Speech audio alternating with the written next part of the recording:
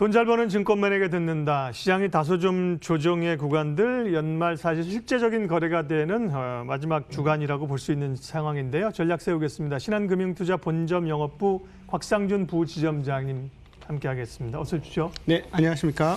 예, 첫 번째 키워드로 미국의 부양책, 슈퍼 부양책이라고 했는데 슈퍼인지 모르겠습니다. 워낙 한 2조 달러 이렇게 얘기하다가 9천억이어가지고 근데 규모로만 보면 뭐 1,000조 원이요? 그렇죠. 슈퍼이긴 한데 네. 근데 이제 뉴스가 나오니까 그에 따른 기대감은 좀 줄어드는 것도 같습니다. 시사점 좀 알려주십시오.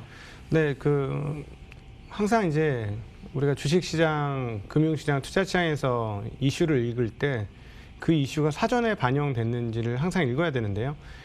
지난 12월 달 들어오면서 이 부양책 통과될 듯하면 주가가 오르고 했던 것들을 우리가 많이 경험했습니다. 그러니까 이것들은 일부 일단 반영이 되었다라고 보여지고요. 주식 금융시장에서는 이제 실물에 악화되는 흐름들은 이 자금들이 막아주겠죠. 네. 오늘 소비자 지수 이런 것들 나오는 걸 보면 11월 달부터 벌써 이미 떨어지기 시작했고 현재 12월 분위기까지 감안해 보면 12월 지금까지 소비자 심리지수 뭐 이런 것들도 상당히 떨어졌을 거로 추정할 수 있습니다. 그렇기 때문에 뭐 이 자금들이 실물에는 분명히 도움을 줄 것 같고 그런 흐름들이 오늘 미국 시장에서 어떻게 나타났냐면 중소형주 강세로 나타났어요.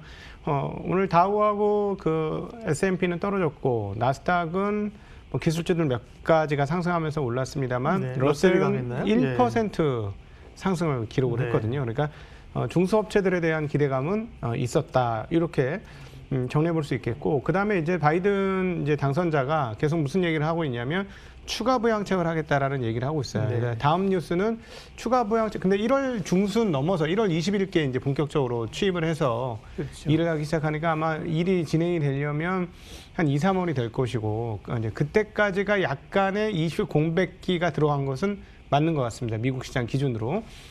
근데 이제 그래서 조정은 가능할 수 있겠습니다만 우리 이제 일반 투자자들이 이렇게 세세한 흐름까지 작은 파도까지 다 잡을 수 있느냐 하는 게 문제예요. 물론 최근에 한국 시장에서도 보면 뭐 바이오나 이런 것들이 정말 미친 듯이 올라가면서 끝도 없이 오른 것처럼 많은 사람들 앞에서 회자가 됐었습니다. 그러고 나니까 이제 또 이런 조정이 한번 오는데 이런 조정을 다 체크를 해서 다 쪼개서 먹을 수 있을 것이냐. 그거는 사실 좀 어렵기 때문에 중요한 거는 이제 대세 판단은 해야 하는 상황이고요. 미국 시장은 좀 과도하게 올랐습니다만 한국 시장은 뭐 여전히 상당히 싼 가격대이기 때문에 미국 시장의 대세가 거꾸로지지만 않으면 제 생각에는 좀 긍정적인 시각을 가지고 가시는 건 뭐 크게 문제는 없지 않겠느냐라고 보여집니다. 마음 편하게 작은 파도는 놓친다 이런 생각으로 대응을 하실 필요가 있지 않을까 하는 생각도 듭니다.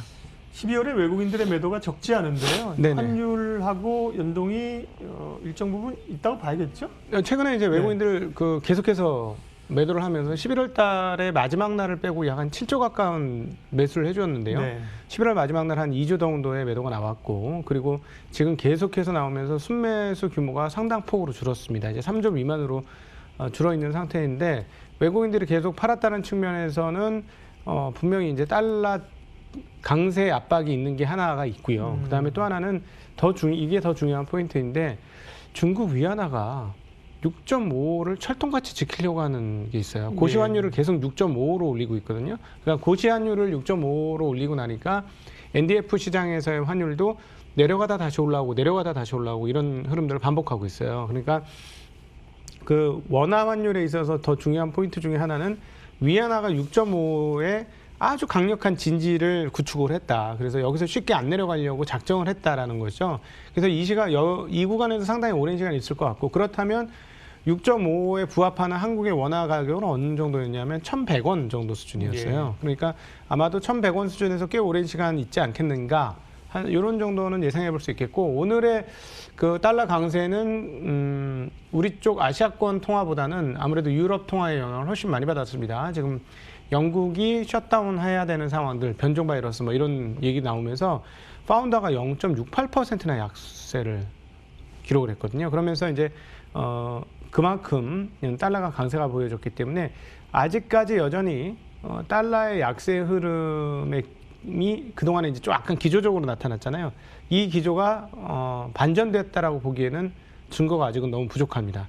이 부분은 아직까지는 달러 약세는 기조적일 것이다라고 가능성을 더 높게 두는 게 그동안의 흐름으로 봐서는 맞지 않을까 하는 생각을 가지고 있습니다. 환율은 뭐 여러 방향으로 영향을 미치기 때문에 환율과 금리, 그다음에 원화의 방향, 뭐 환율 맨날 헷갈리는 부분인데, 그러니까 좀 그러네요. 그러니까 원화가 환율이 상승해서 원화가 약세로 가서 외국인들이 팔 수도 있지만 외국인들이 좀 차익 실현하고 팔다 보니까 네. 원화 팔고 달러 사니까 그게 또 원화 약세 인이기도 하고 지금 혼재되어 있네요. 네. 예. 다음 키워드 보겠습니다. 자, 다음 전략 키워드는요.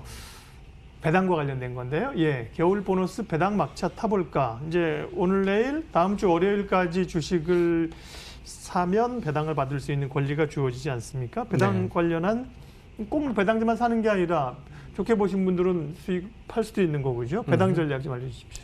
한국의 전반적인 흐름은 저는 이렇게 생각을 합니다. 지금 한국은 현재 분위기가 이제 3차 대세 상승, 2000년, 그러니까 IMF 이후에 3차 대세 상승 시점이다라는 생각을 지울 수가 없는데요. 그러니까 98년, 99년도의 대세 상승, 그러니까 2000년 초반까지, 그리고 2005년에서 2007년의 대세 상승, 그 다음에 온 대세 상승인데, 이번에는 이제 저변이 훨씬 더 두텁다는 게 특징입니다. 돈이 원체 많다라는 것인데요. 그러면 이제 과거에 보시면 98년, 99년 좀 독특한 해였기 때문에 그때는 IT 버블장이었죠. 미국 나스닥 버블이 있었고 그것들이 코스닥 버블로 왔던, 그다음에 그 새로운 IT 세상, 인터넷 세상, 온라인 세상에 대한 꿈이 시장에 반영되었던 조금 독특한 상승세였고, 2005년부터 2007년까지는 한국의 대형주 중에서 말도 안 되는 가치를 평가받던 주식들이 제자리를 찾는 장이었어요. 그러니까 특별히 이제 중견 주식들 중에 그런 게 많았었는데, 요즘에는 뭐 대기업이라고 일컬어지는 뭐 아모레라든가 이런 음식료 업종의 뭐 CJ나 이런 기업들이 온통 저평가였는데, 그런 것들이 뭐 철강 회사 이런 것들이 모두 재평가가 되는 시점, 화학 회사도 그랬고요. 네. 그런 기간이었는데, 이번에 그렇다면 이렇게 대대적으로 자금이 들어오는 이런 구간에서는 저는 가격의 재평가가 이루어질 거라는 예상을 하고 있습니다. 그런 측면에서 보면 배당률이 높다는 건 가격이 저평가됐다는 얘기예요. 가격이 아주 싸다는 얘기인데, 지금 특별히 한국에서 배당을 많이 주는 기업들을 살펴보면 가장 많이 포진된 곳이 은행입니다. 그렇죠. 예, 예. 은행이 가장 많이 포진됐고, 다음으로는 뭐 한 증권보험 쪽이 있고, 포진되어 있고, 이제 그 다음이 뭐 이제 대표 주식들, 일부 통신회사라든가 네. 뭐 KTNG라든가 기관 산업들 몇 가지가 또 포진되어 있습니다. 이렇게 따져보면 이 주식들은 지금 1년 이익 대비 3배에서 6배 사이의 주가가 형성돼 있어요. 대표 주식들이라는 측면에서 보면 이건 굉장히 저렴한 상황입니다. 그래서 제가 보기에는 투자하시는 분들 중에서 나는 이제 투자는 하고 싶은데 겁은 난다. 근데 또 은행에는 못 견디겠다. 이런 분들을 위한 제가 보기에는 최적의 선택이 지금 배당률이 높은 기업들에 투자하는 게 아닌가 싶습니다. 이런 주식들을 가지면 이런 전략을 짜보시면 되겠죠. 지금 갖고 있으면 보름 만에 배당을 받는 권리가 생기잖아요. 보름 만에 보유. 근데 여기서 1년을 더 갖고 있으면 한 번 더 배당을 받지 않습니까? 네. 그러니까 13개월 만에 2번의 배당을 받아요. 그러니까 지금 은행권들의 배당률 포진이 약 5% 내외에 가장 많이 포진되어 있어요. 예. 전년만큼 배당을 준다고 감안을 해보면. 그렇죠. 예. 그러면 지금 13개월에 약 현재 주가의 10%의 배당을 받으면 이런 투자는 지금 투자를 고민하고 들어올까 말까, 그다음에 나는 겁이나 근데 은행 예금은 못 견디겠어 하시는 분들한테는 최적의 선택지가 아닐까 하는 생각이 들어서, 저는 개인 투자자들한테는 좀 적극적으로, 지금은 의외로 또 원래 12월 달에 오르거든요. 안 올랐어요. 안 올라서 네. 좀 적극적으로 개인 투자자분들에게는 배당 주식들을 한번 투자해보라고 권하는 편입니다. 네. 곽상준 부지점장과 함께하는 시장 읽기. 다음 세 번째 키워드 있습니다. 언택이냐 컨택이냐 얘기를 많이 하고 있고요. 결국은 이제 경기 관련주 얘기를 많이 하는데, 최근 주목할 게 이번 주에 카카오, 네이버, 지난주 이번 주에 리포트들이 쏠지 않게 나오면서 좀 움직여요. 그래서 네. 뭐 언택도 다는 아니겠지만 특별히 카카오, 네이버 같은 경우는 좀 주목을 다시 해봐도 되는지요? 네. 네, 일단 사업성 측면에서는 성장이 계속 가능하다고 봅니다. 어제 이제 나온 뉴스 중에 사실 전 세계 산업계의 가장 큰 빅 뉴스 중에 하나는 애플이 자동차를 만들겠다는 네. 거였습니다. 애플카가 이제 나온다는 건데 나올 거야 했는데 이제 로이터를 통해서 거의 반공식적으로 언급이 되었는데 2024년 언급이 되었습니다. 이렇게 될 때의 향후 산업 동향이 어떻게 될까 생각을 해보면 이제 상당히 골치 아파지는 문제가 생기는데요. 산업 영역이 서로 섞여요. 그러게요. 네. 네. 자동차와 IT가 섞이게 되는 네. 이제 애플이 들어오면 완전히 공식화되는 거죠. 그러니까 옛날에는 자동차는 자동차 업계, IT는 IT 업계 이렇게 구분이 있었어요. 근데 이 구분이 없어지는 상황이 오게 되거든요. 그럴 경우에 과연 한국의 이런 대표 기업들이 어떤 역할을 차지할 수 있을 것인지가 상당히 중요합니다. 물론 뭐 그 전통적인 가치 평가로 모델로 따져보면 싸지 않습니다. 지금 가격이 비싼 주식들이기는 한데요. 과연 이제 새로운 산업 융합의 시대가 왔을 때 이들에게 있는 몫이 어느 정도인가. 그래서 이 몫에 따라서 기속적인 성장할 거냐 말 거냐가 결정될 것 같고, 그 다음에 이제 지금 언택과 컨택은 조금 좀 더 구분해서 생각하셔야 될 것 같은데, 지금 이제 뭐 3차 팬데믹 이런 상황이지 않습니까? 그리고 백신은 이미 나와 있는 상황이고, 그래서 단기적으로는 언택 주식들이 상당히 좋아 보이겠습니다만, 우리 두뇌 작용에서 하나 꼭 상기해야 될 게 뭐냐면, 한 방향으로 6개월, 1년 동안 계속 똑같은 경험을 하면 그게 앞으로도 영원할 거라고 머릿속에 습관화됩니다. 근데 지금 우리에게 습관화된 건 뭐냐면 언택적 상황들이 상당히 습관화되어 있어요. 근데 이제 백신이 나왔거든요. 사실 6개월 뒤에는 확정된 미래예요. 즉 다시 우리는 활동할 수 있을 것이다. 예를 들어 변종의 백신이 안 듣는다. 이런 예외를 제외한다면, 그런 일이 없다면, 그런 가정을 해준다면 충분히 6개월 뒤에 활동을 할 것 같은데, 그 부분에 대해서 지금 전혀 반영을 못 해주고 있는 거죠. 3차 팬데믹 이렇게 나오면서 네. 숫자가 너무 현실적으로 크게 나오니까. 근데 제 생각에는 이제부터는 지금 이 빠지고 있는 컨택주들에 대해서 본격적으로 관심을 가지면서 6월 이후를 위한 준비를 지금부터 시작해야 될 때가 아닌가 하는 생각을 가지고 있습니다.